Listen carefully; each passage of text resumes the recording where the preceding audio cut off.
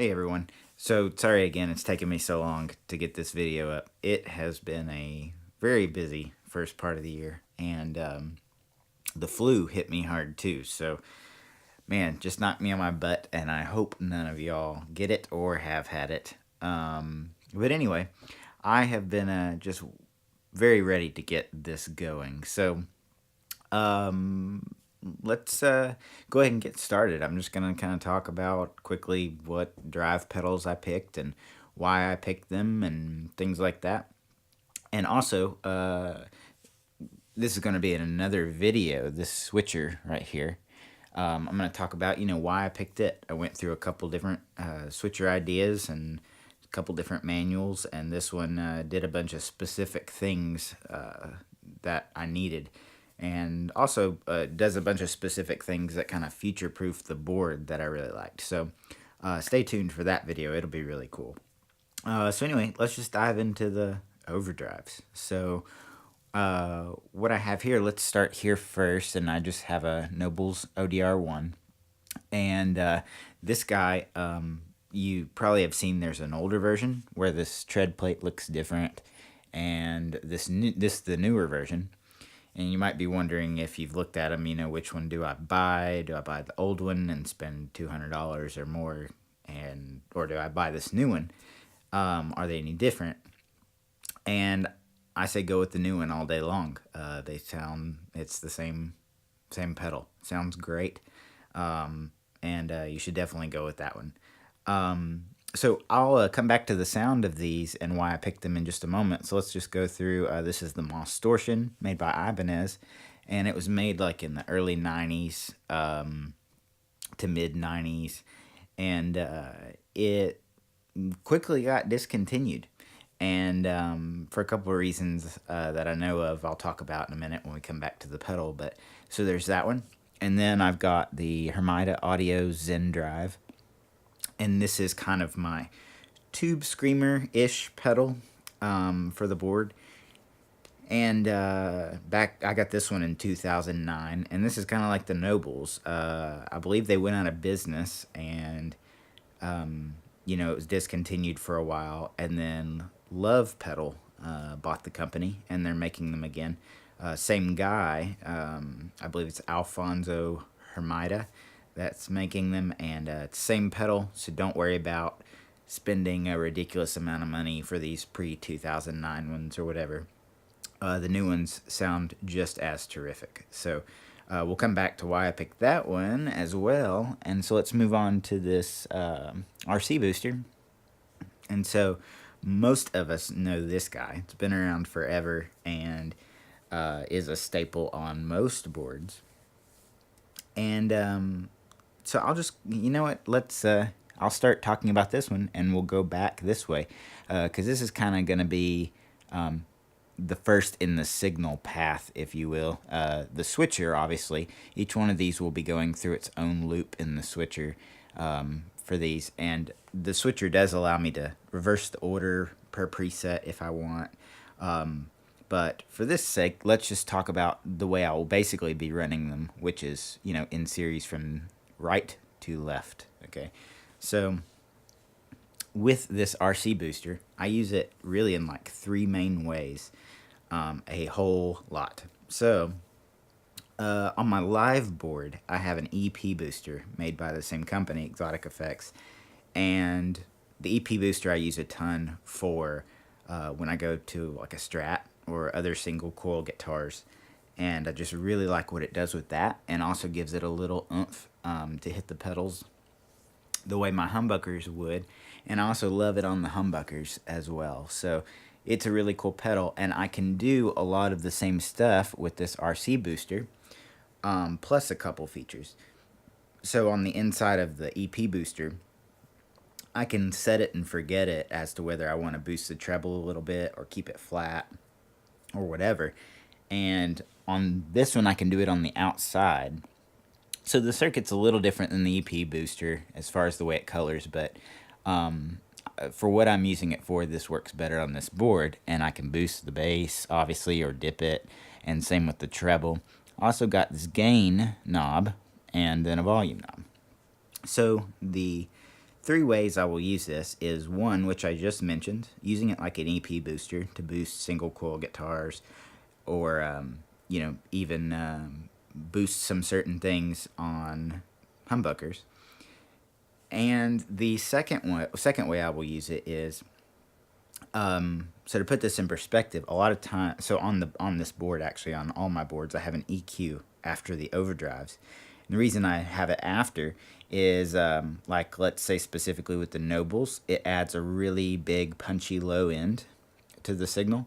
And I might want the Nobles overdrive for a specific track, let's say, but I might want to take out the low end a little bit after it hits the overdrive. So the EQ allows me to tame that overdrive, or tame the low end the way I want to, but not affect it on the front end of the pedal. So I'm not affecting the way the pedal clips. I'm only affecting what comes out. So on the opposite end of the spectrum, the RC booster, what I will use it for is exactly kind of the opposite sometimes. I can take away bass or add bass, or take away treble or treble boost it into the pedals and make them break up a little different. And I will definitely do that from time to time. Or I can, take away the bass that is causing these to clip a certain way. I can take a little bit of that out, which is nice. And I can also use that, like a treble booster or bass booster, into an overdriven amp and, make the amp react a little different, which is really nice. So the third way I will use this RC booster is the gain knob. So I think RC stands for really clean booster, and it is that. But this does get a little hair on it when you crank that gain up. The circuit does, clip a little bit, and I really like the way it clips. So it can be a really nice, light, barely even there, just starting to break up sound. You can also feed just a little bit of, break up or hair into other overdrive pedals, which I really like to do, and also into an amp. You can feed a little bit of hair into an amp, which is cool. So that's what I do with that guy, and I use all three of those features a whole lot. So that's there to stay. And let's move on to the Zendrive. So the Zendrive, like I said a while ago, is like my tube screamer style pedal. Okay, so what I mean by that is, we all have heard, well, the tube screamer has some problem with low end or whatever, and really it's not a problem, it's a characteristic, and it's what the tube screamer does some things really, really, really well, and that's why we love it. So it's not a problem, it's just what it is, and it's the cool characteristic of the pedal.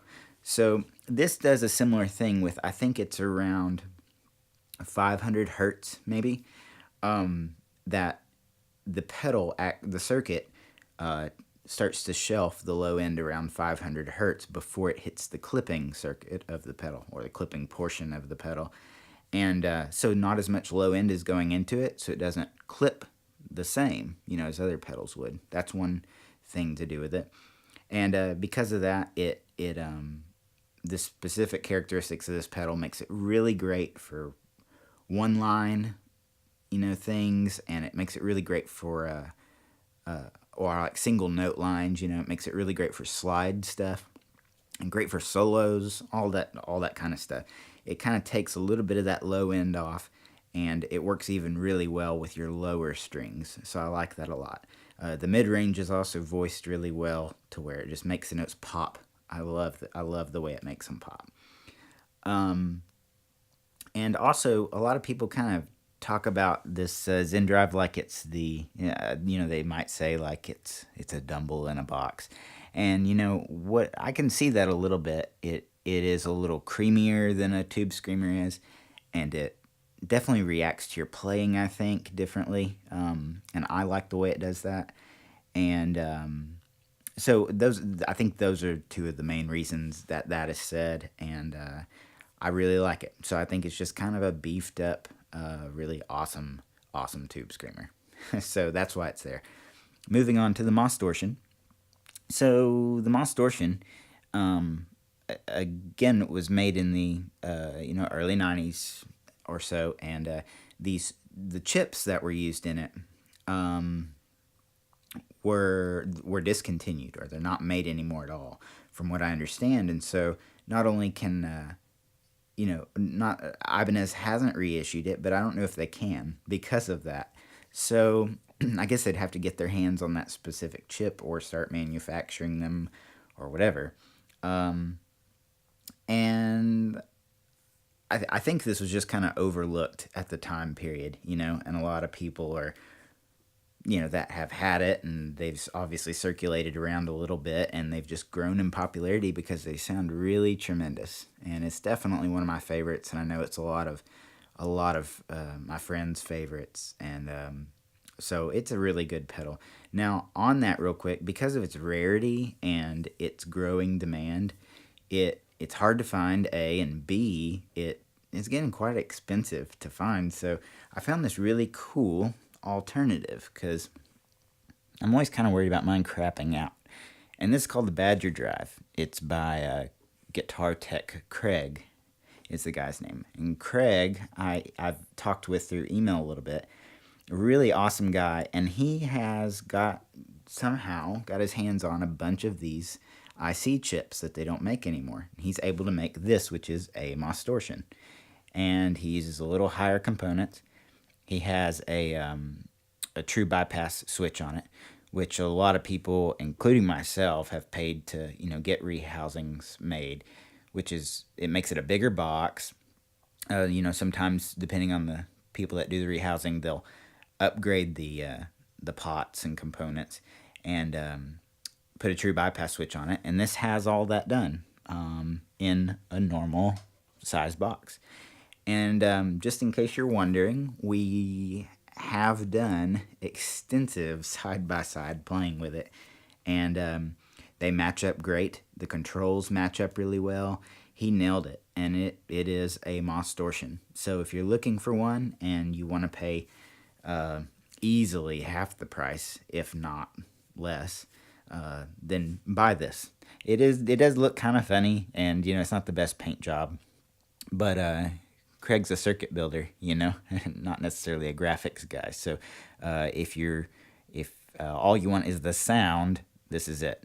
And that's not I guess it's kind of a cool looking pedal, but it's not the best looking pedal. So who cares about that at the end of the day? So this sounds really great. You can find it on Reverb too if you want to check that out.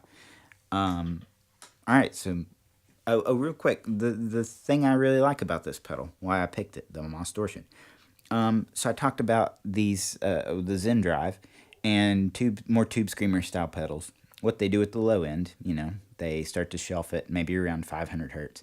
Well, the Mostortion lets more low end into the circuit than these. I want to say it's more around the 250 hertz, I guess, that it lets into the clipping circuit first off. So you get more low end into the clipping, and it makes it clip different, on top of the other components being a part of that. And what you get with that extra bit of low end in is you obviously get some extra low end out than you do on the Tube Screamer.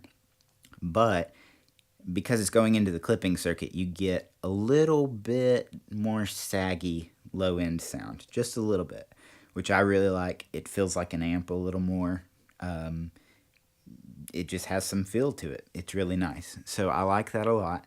The EQ, 3-band EQ, bass, mid, treble, you've kind of got to get your hands on it, I think. I could say a lot of words and throw around a lot of those catchphrases for pedals, but I think you got to get your hand on those knobs to, get in your mind what it does. And if you want to do that, get you one of these. Because again, he has really dialed these in perfect. And it's a great price. And it is a Mostortion. And you can mess around with it. And, just get your hands on it. Figure out if you like it. Moving on. Kind of last in the chain, I guess, is the ODR-1 Nobels that I talked about a while ago. And these new ones sound just as good. They're terrific. And this is kind of a low mid gain to a mid high gain, I guess is the way to put it. It's kind of in the middle. And, a lot of people talk about this as the Nashville pedal, I guess, a lot recently, and a lot of people put it in their descriptions even as, it's a great twang pedal, or it's great for tellies and things like that.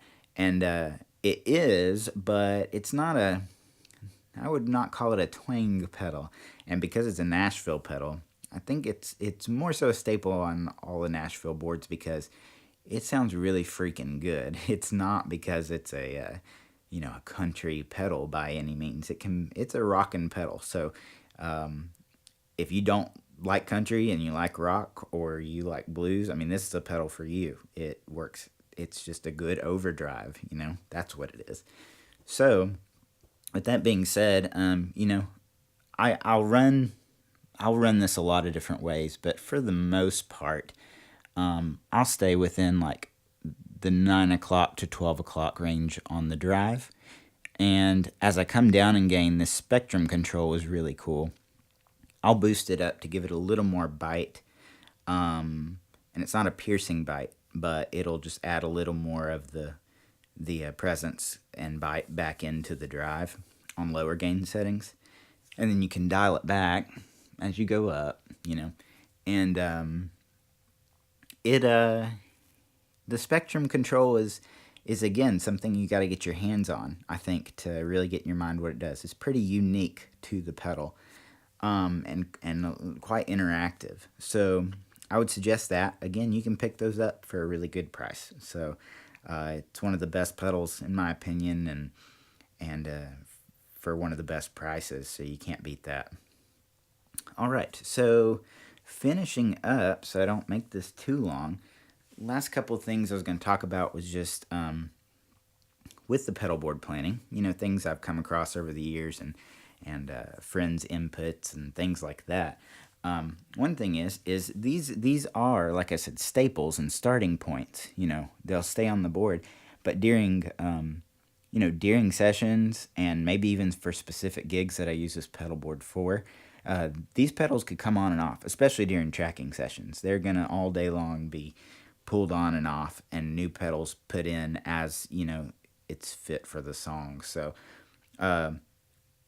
couple examples is I really like this Palisades that's made by Earthquaker Devices, and this is like a build your own tube screamer pedal. Like you can adjust the clipping diodes or take them out, or add in low end and a buffer, take it in or out, do all sorts of things. Even got a boost. I love this pedal a lot, and it's got jacks on the side, and it's really big. So if you have to take one of these off and put this in place of it, and then take the cable and route it, all the way over here to fit in the top, you want to make sure you cut your cables enough length. Think ahead of time and think, okay, like, I need to make this to where if I fall in love with another overdrive or I need it for a job, then I need enough cable to pull over comfortably. So I'm not tugging it, I'm not shorting out the cable, those kinds of things. And with the switcher, some of these have jacks on top, like I said. Others are on the side. And with the switcher, I'm not really putting my foot on these pedals. They stay on, and this switcher punches them in and out. So with the top jack pedals, they can be close together. And, I just reach down and tweak them as needed, and that's that. And then not so much with the side jack pedals. They can't get as close, because there's going to be a jack here, a connector rather. And so that's something to think about too. And if you ever change these pedals, you definitely want to measure enough cable, to go to what you need it to. So there's that. Last thing before I conclude is there's this cool little thing. Just a little, one of those little things that makes life easier. I've got with the Tumnus here, and it's on the Velcro. So what I'm doing is on the pedal board that I'm redoing. I'll put a link below in case you haven't heard about it, but there's 3M dual lock instead of Velcro. And this stuff basically you put on the bottom of your pedals. It looks like Velcro, and it looks similar to this hook side of Velcro, except it just snaps on instead of you pushing it down like Velcro and wiggling it to get it tight. So that stuff is really good for the pedals that you're leaving on your board, like the switcher, that don't come on and off. It really locks them down. But I'm going to do soft Velcro on all my overdrive and distortion pedals because, like I said, me personally, I take them on and off so much, and the Velcro just gets worn out, or it'll get gooey, and then you'll smush it on your board, and the fuzzy part of your Velcro gets all the goo in it, and it's just not. If you've dealt with it, you know exactly what I'm talking about. So it's pretty lame. My buddy Jerry McPherson texted me one day and said, "Hey, how are you doing your Velcro? I'm starting to do this on my overdrive pedals. Ones I take on and off a lot." And basically, what he's doing is he's using the soft Velcro stuff. This is the spike end of the soft fuzzy Velcro, the opposite end, and he's just taking the bottom off and sticking it, but looping it around, and then screwing the bottom back on, and it secures it. And you can take this on and off all day, and that's not gonna undo. So that's pretty awesome, and it works a ton. Works really great. So I'm gonna do that on all of my overdrive pedals, and it's really great when you're loaning them out to friends. They don't come back and the Velcro's all pulled off and stuff. So that's my cool last little tidbit. So I'll put that there so you can see it, and I'll throw the Guitar Tech Craig Mostortion Badger Drive in there. And anyway, so that's what I've got, and I would love comments below if you guys have any cool tricks, or you just want to talk about what pedals you use and why you use them and why you love them. I'm always down for that. So thanks again for checking it out, and I'll sum this one up for now, and I'll see you in the next videos. Thanks, guys.